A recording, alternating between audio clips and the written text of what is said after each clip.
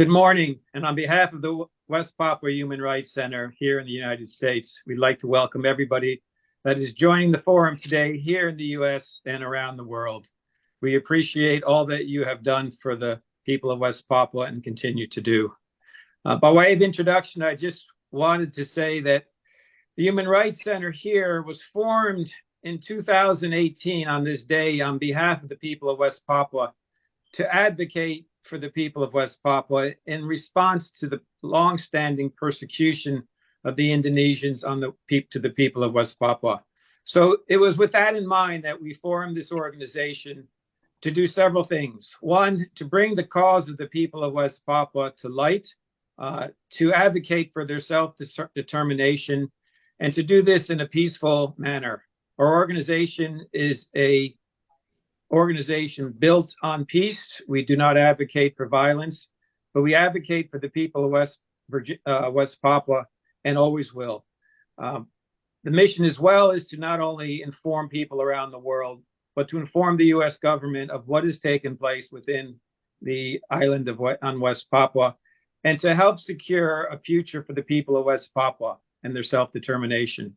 So to that end, we also advocate for the rights of those within West Papua, for women and children, for those that have been abused by human rights, and for the protection of the land of the people of West Papua and the environment. And with that, we were formed, and shortly after that, in 2019, received our official status as a U.S. organization, a 501c3, and later our position within the United Nations to advocate for Indigenous people. So it is our hope today that we would share some of the ideas that we have brought to the table regarding the future of West Papua and how we would support that, and to ask for support around the world, and especially here in the United States as well, to move forward with those objectives. So first and foremost, I'd like to thank again everyone that has participated in this forum, but most importantly, the people of West Papua who have struggled for well over 50 years for their self-determination in a peaceful manner and in light of all the persecutions. We do have several things that we would like to accomplish today, and hope at the end of this we'll have a call to action so those that are not only here in the United States but around the world will be able to do something for the cause. So with that, let me introduce one of our current members of the Human Rights Center, an intern that is here with us today, and I'll allow her to expand on that. Carolyn, please. Thank you. Hello all, and I want to thank you again for joining us here today. My name is Caroline Carruthers Aranguren, and I have the privilege of working with the West Papua Human Rights Center. As someone from Puerto Rico with a Cuban family, I have grown up deeply aware of the nuances of identity, self-determination, and the struggles that come with striving for justice and freedom. This personal connection, coupled with my passion for languages and cultural diversity, has drawn me to the cause of West Papua, a region that remarkably is home to over 500 distinct languages, each representing a unique thread in the tapestry of its rich cultural heritage. The West Papua Human Rights Center is dedicated to defending the human rights, eco-rights, and religious freedoms of the people of West Papua. For decades, this Melanesian nation in waiting has faced profound challenges under Indonesian rule. Today, I want to briefly walk you through the history of this struggle. Then we'll have several speakers share their perspectives. The story of West Papua begins long before colonization, with its indigenous communities thriving for thousands of years on one of the world's most resource-rich islands. However, in 1885, colonial powers divided the island of New Guinea, setting the stage for future conflict. After World War II, West Papua was poised to embark on a journey of independence, yet global politics intervened. In 1962, the New York Agreement, brokered under U.S. pressure, transferred control of West Papua from the Netherlands to Indonesia, bypassing the voices of the West Papuan people. This agreement promised a referendum on self-determination. However, the 1969 Act of Free Choice was anything but free. Instead of a democratic vote, only 1,022 people were handpicked representatives, so less than 0.01% of the population were coerced into voting for integration with Indonesia. Threats, intimidation, and military oversight ensured that the outcome was predetermined. The United Nations, regrettably, simply took note of this process, legitimizing the outcome without full scrutiny. Since then, the West Papuan people have endured systematic marginalization and discrimination. Indigenous Papuans are often treated as second-class citizens in their own land, facing displacement, economic inequalities, and cultural suppression. Efforts to assimilate them into a dominant Indonesian identity have endangered their languages and traditions. Despite this, the resilience of the West Papuan people is extraordinary. Grassroots movements such as the West Papuan National Authority, the Student Solidarity of Papua, and the National Committee for West Papua have worked tirelessly, often under immense risk, to bring attention to their cause. Yet their voices are often silenced by a heavy Indonesian military presence, restricted access for journalists, and international apathy. West Papua's struggle is not just a regional issue, it is a global call to uphold human rights and to respect the principle of self-determination enshrined in international law. As someone passionate about languages and cultures, I am struck by the richness of West Papua's diversity and the tragedy of its erasure. The West Papuan people deserve more than survival. They deserve the chance to thrive, to celebrate their identities, and to determine their own future. It is our shared responsibility to ensure their voices are not forgotten. Thank you. And now I'll pass it over to Sister Charity. Hello. Good morning to everyone around the world. I am Charity Myra Titiulu. I'm the co-founder of the West Papuan Human Rights Center, based here in Washington, D.C., as well the outreach director. The aim of the West Papuan Human Rights Center is to bring advocacy work within the United States Senate and the Congress, as well as the United Nations. For decades, the Indonesian government has failed the international community on human rights. So it is our work that we make sure that the voices of the people of West Papua be heard here in the United States and the UN and all around the world. Our work is to make sure that the United Nations send a human rights team into West Papua to document the atrocities and injustice towards the people of West Papua. So in all, we wish the women and children of West Papua a peaceful holiday this Christmas. As we know, women and children, the indigenous children of West Papua, they for long faced atrocities under the Indonesian government.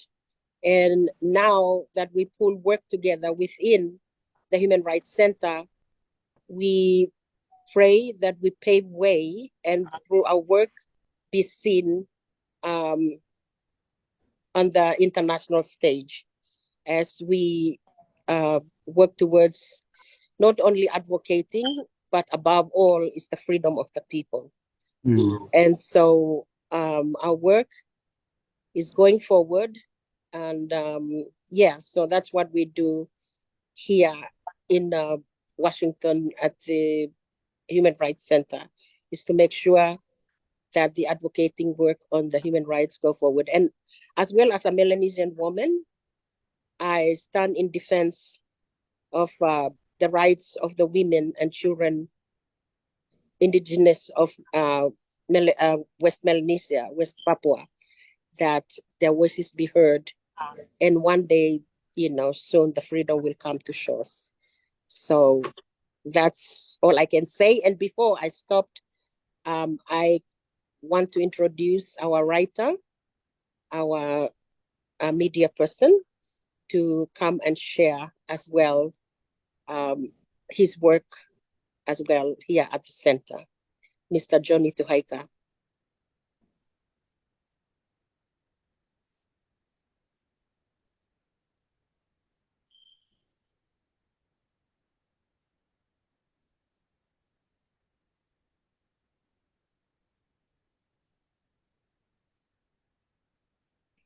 Sorry, Brother Johnny, can you unmute your voice, please?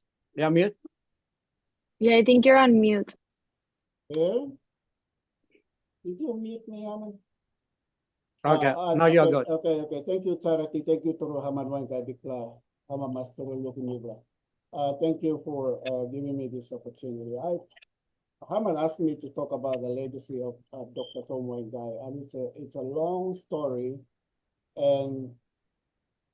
but I think because of him, we are here today, December 14, right, Herman? Because of Dr. Tom Wainggai, December 14 is a very important date, and the history, Caroline outlined the history of West Papua and from colonial era, from the Netherlands and then the UN and transfer all the way to Indonesia. But it's important to understand who this guy was, Dr. Tom Wainggai. I'll just talk briefly about him and then talk about his weapon. And when I interviewed Herman a few years ago, he told me about the weapon that Dr. Tom Wainggai gave his people, and that is paper and pen or pencil. Very powerful, right? Because that's what nonviolent people do. They write and they speak. There is no guns, no bombs, no grenades. So that is exactly the legacy of Tom Wainggai. He was a great leader. Now I'll refer to him as Dr. Tom in the first name, because that's what Herman and most of his family refer to him as Dr. Tom. And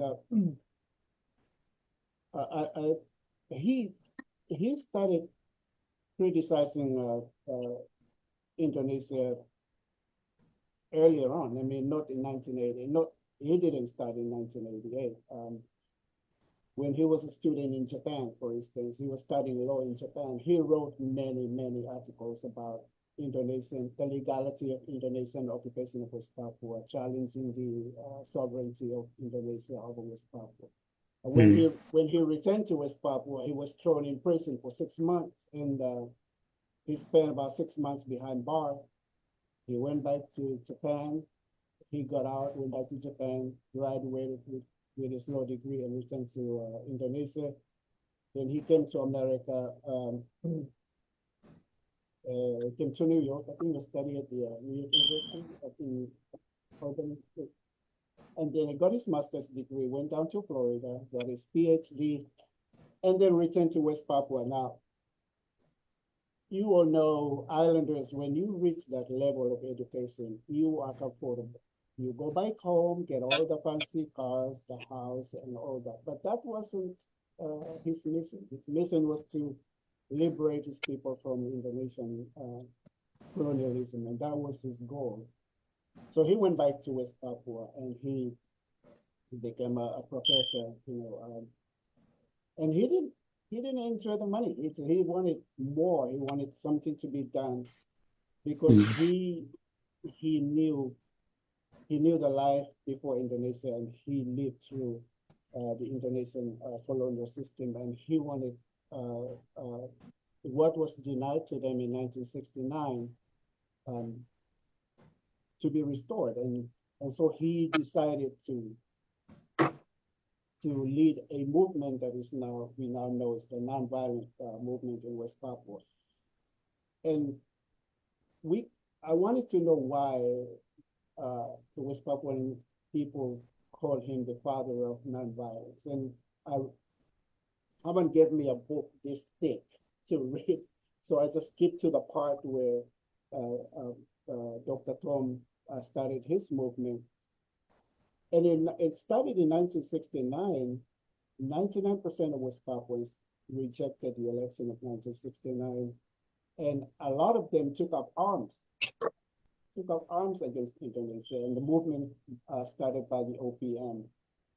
And it was a violent clash between indigenous and Indonesian forces until Dr. Tom came along, and he brought with himself new ideas based on Mahatma Gandhi, Nelson Mandela, and Martin Luther King, and their nonviolent movement. When you pick up a gun, Indonesia will kill you and justify their kill.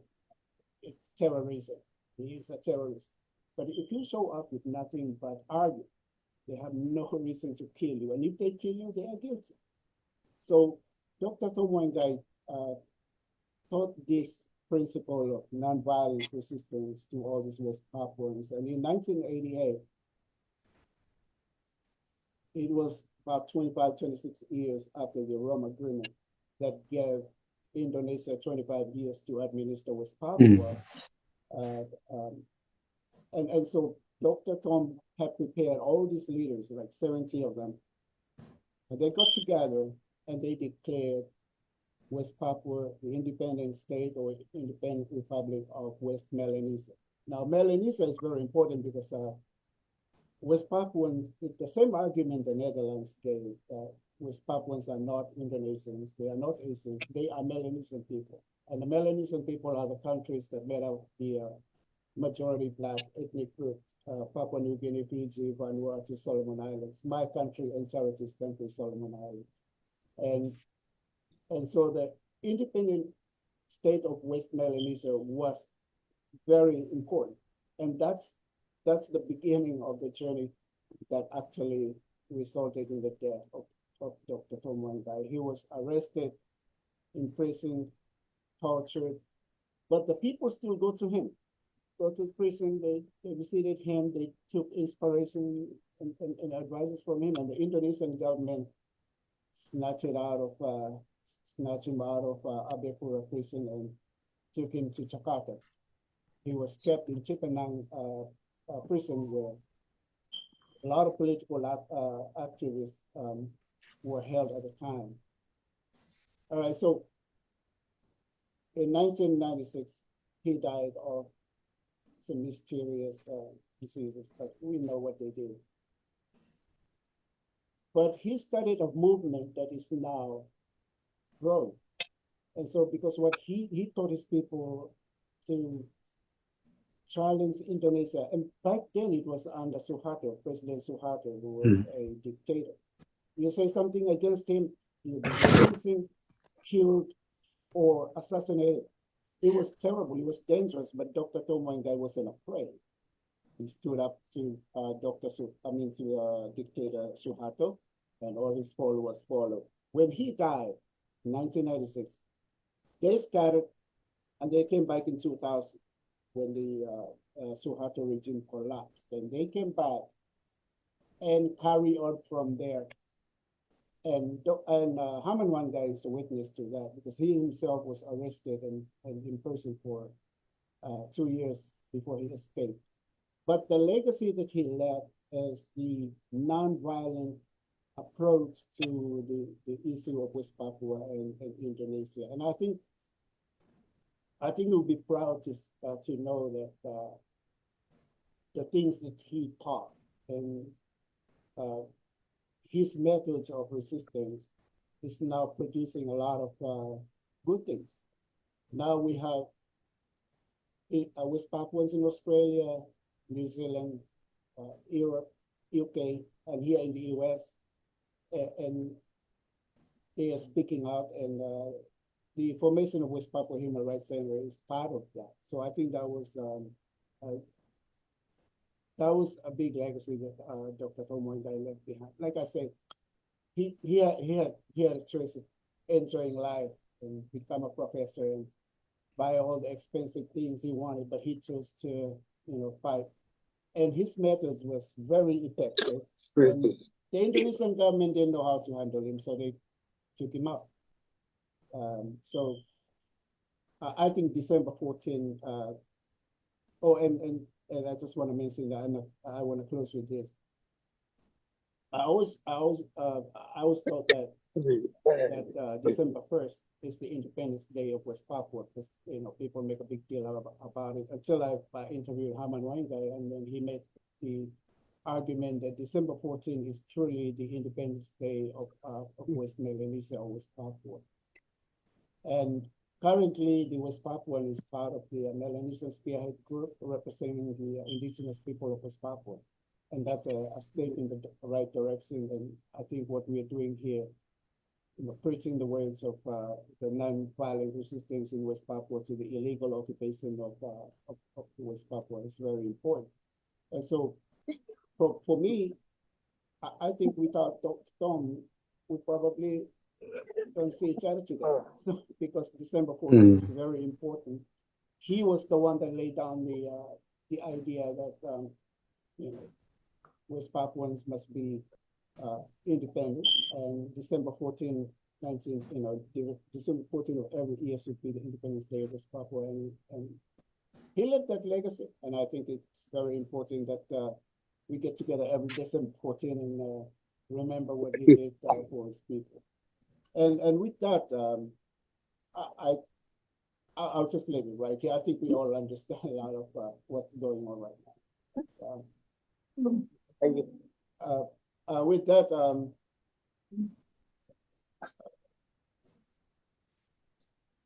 any contribution from you, Herman? Or okay. I'm gonna just hand it over to Herman Wainggai, but I would like to say that he was not only a nonviolent leader, but he was dubbed the Nelson Mandela of West Papua, because we all know that Nelson Mandela was incarcerated for 27 years before he was released. And, he was released and led South Africa till he passed away.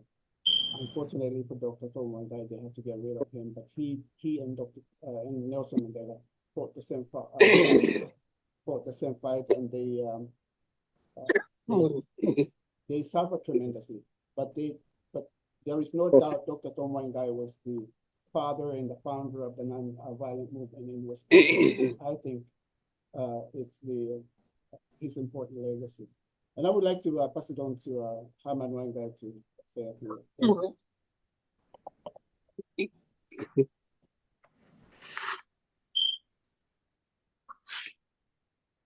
Yeah, thank you, brother. Oh my goodness.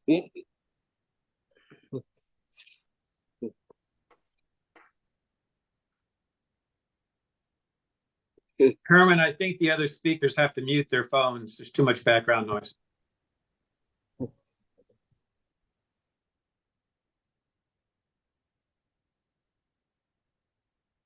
Can you hear me? Yes. Okay, Herman.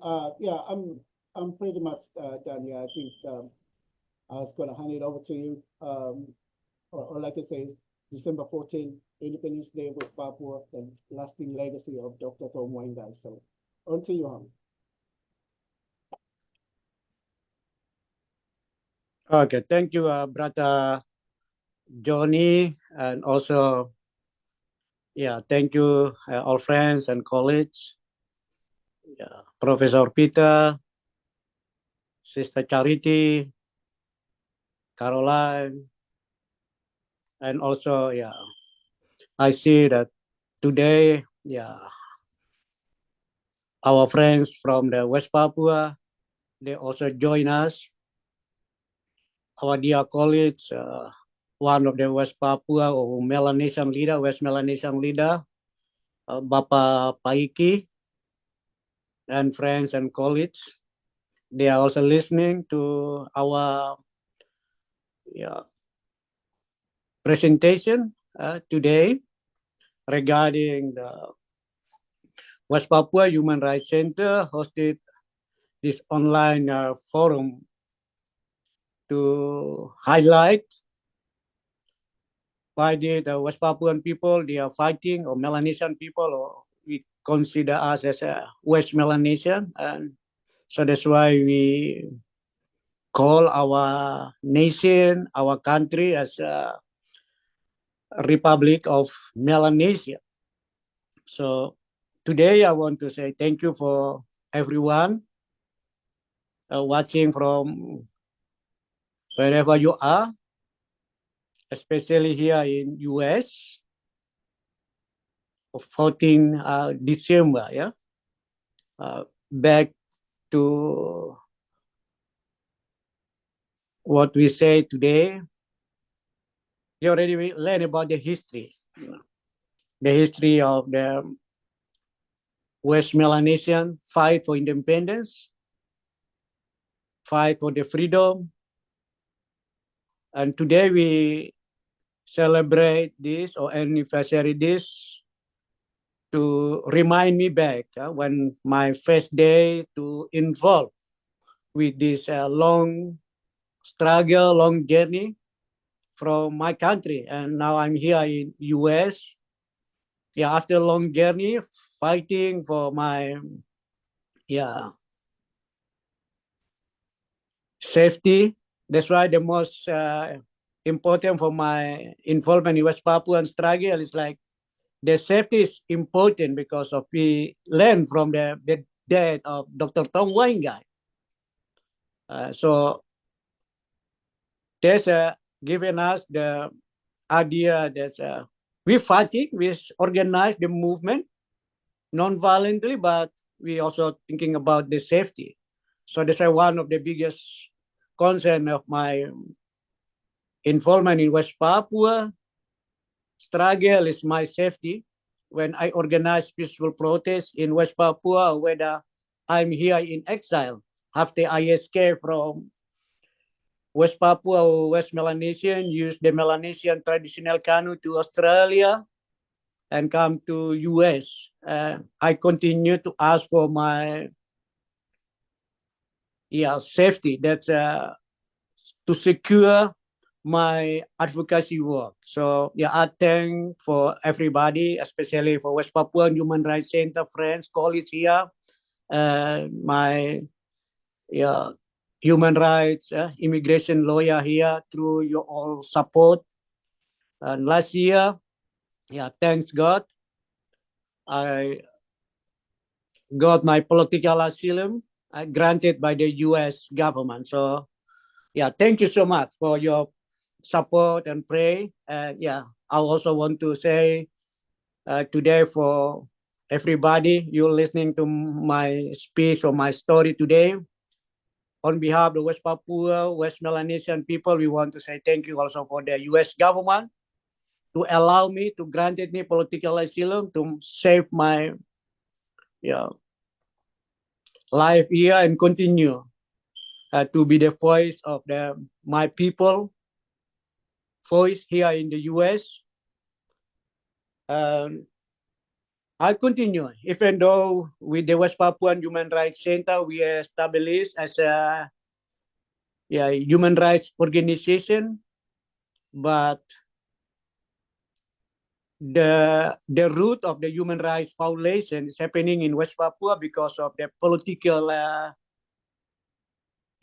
freedom, political freedom rights to establish our new country, new nation, separate from Indonesia. So that's why the idea of the establish the Republic of Melanesia, West Melanesia separate from Indonesia is a base of the proclamation, the number 14 December. But today we learn, like we already heard from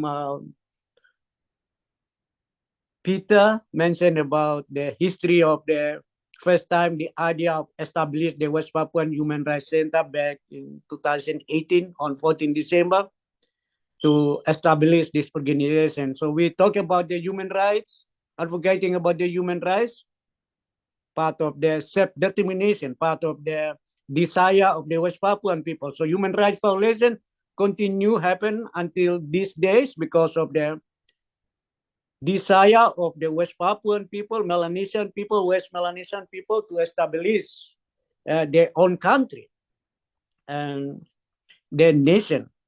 So today I want to say thank you for you all supporting West Papuan struggle, Melanesian struggle. Myself here in US, when first time I got here, I remember that just myself. But now the idea of being fighting alone is not Herman Wainggai fighting alone. We have friends, we have colleagues, we have team, we have foundation. That's West Papuan Human Rights Center established. And now today you are hosting this event that's showing that West Papuan Melanesian, West Melanesian people not struggling alone. I'm not struggling alone. So after 36 years, when we establish or proclaim this day as a Independence Day of Republic of Melanesia, is shown that we are Melanesian. We are not ASEAN people, but we are Melanesian. So when you see this flag, many people ask me when I share my story, what I use in recent years after U.S. government granted me political asylum, and this flag because of the legal argument. That's why we would like to continue to ask for U.S. government, continue ask for the United Nations to recognize it. Because of this flag, I was arrested. This flag, Melanesian flag, our national flag.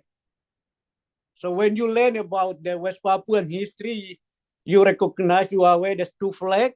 The other one they call Morning Star flag, that's designed by the Dutch lawyer.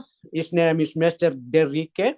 That's a political idea of the Kingdom of Netherlands or the Dutch. So when you see the Morning Star flag, it's very almost same like a Dutch flag, but that's we are used for the campaign for showing that in the history of the West Papua Melanesian history that we've been a colony by the Dutch, like Indonesia and West Papua, we are both colony by the Dutch. So the Morning Star flag just reminds us back in 1960s that Dutch government promised for West Papuan to have their own country autonomy. But after we learned 16 years, the Dutch failed. So we describe that the Dutch is betray West Papua. That's why genocide is happening. And Dutch didn't spoke about the West Papuan political freedom in the United Nations General Assembly when the UN members country come together in New York. Dutch government never talk about their promise in the 1960s. That's why we want to show to international community, we want to show to the US government, we want to show to the Australia, Pacific Island brothers and sisters, Melanesia, Republic of West Melanesia. We are Melanesia, your brothers and sisters in West Papua, in West Melanesia, because of this flag, showing that our identity, Melanesia, we are dark skin, we have similar culture in the Pacific region. When you see that green, it's like West Papua is a rich country in the Pacific. So when we learn there's other country in the Pacific, they already got independence, even though like the smallest country, but they already got the independence from the colony government. Like Vanuatu, they got the independence from the France. Papua New Guinea, the Seboda, West Melanesia and Papua New Guinea. But Vanuatu, and after Vanuatu got independence, Papua New Guinea got the independence from the Australia. How about West Papua? That's why we've been fighting for so long. And we want to show to international community after we establish our country as a Republic of West Melanesia, separate from Indonesia. So this flag is remind me back to my time in Indonesian prisons, twice in Indonesian prisons because of this flag. This is the Melanesian flag, Melanesian nation state flag, West Melanesia, Republic of West Melanesia. That's established. That's a legal, the legal argument that's in the recent years, West Papua Human Rights Center proposed the Washington solution to the U.S. government. The idea of the Washington solution based of the Proclamation number 14 December 1988. That one that Brother Johnny already mentioned about the idea of the legacy of the Dr. Wainggai, the Melanesian statement, West Papua Melanesian statement. He wrote the 163 article, the Constitution of Melanesian Constitution, West Melanesian Constitution. So our Constitution, after we proclaim the independent nation of Republic of West Melanesia, this flag is still, Indonesian government still keep it in the judiciary archive until today. This flag, Indonesian government still keep it, and also our own constitution that Dr. Wainggai wrote about our constitution. The Indonesian government still keep it, that constitution. Outline of the Melanesian government systems that we want to have one day to running our country. That's Indonesian government. They keep it. They took it after the proclamation of December 14, 1988. So that's why today is a very important day for me, myself, but for us as West Papua and West Melanesians, we've been struggling for the international recognition. So that's why when we submit our West Papuan Human Rights Center proposal for the U.S. government to remember those days in the 1960s after World War II, the role of the U.S. government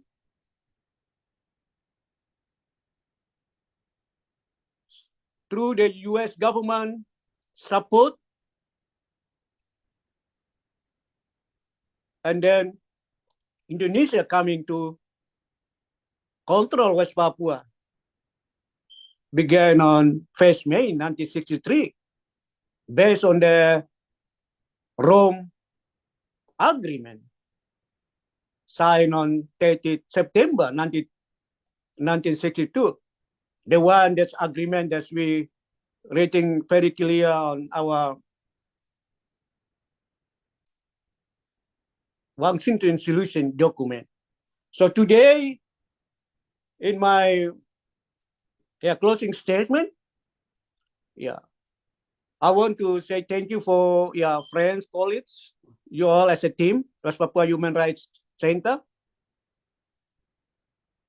I think because we are not just human rights organization, but also we are tools. The platform that West Papuan Human Rights Center provide through your support for the West Papuan people to be, their voice to be here in US.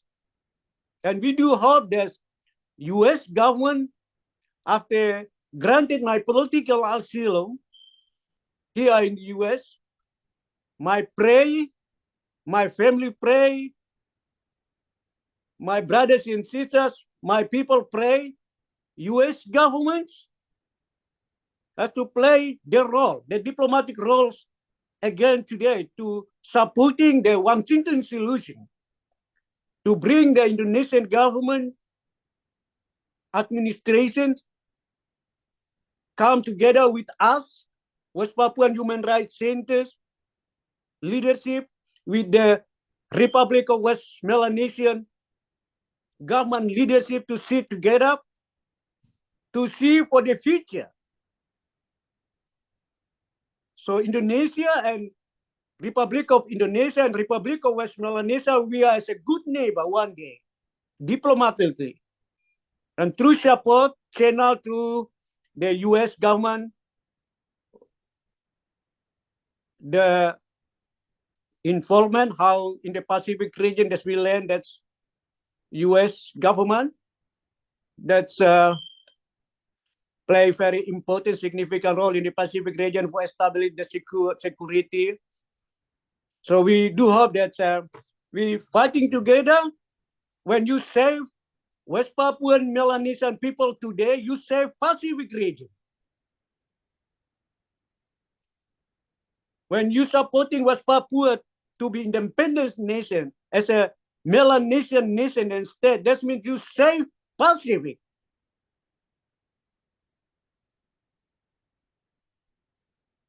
So thank you for listening to my story and my share today. And yeah, we will continue. And I do hope in the coming new presidents, Donald Trump, Honorable Donald Trump, like we already published in our West Papua Human Rights Center Facebook page, that's we are continue to ask everybody to working alongside with us in Papua Human Rights Center, West Papua Melanesian leader here in US, to supporting Melanesian brothers and sisters, people back home in West Papua, because they're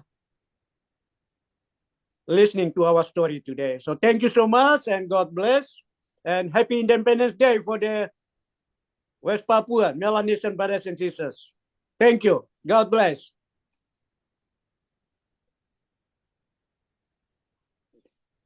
Herman, would you like me to wrap up?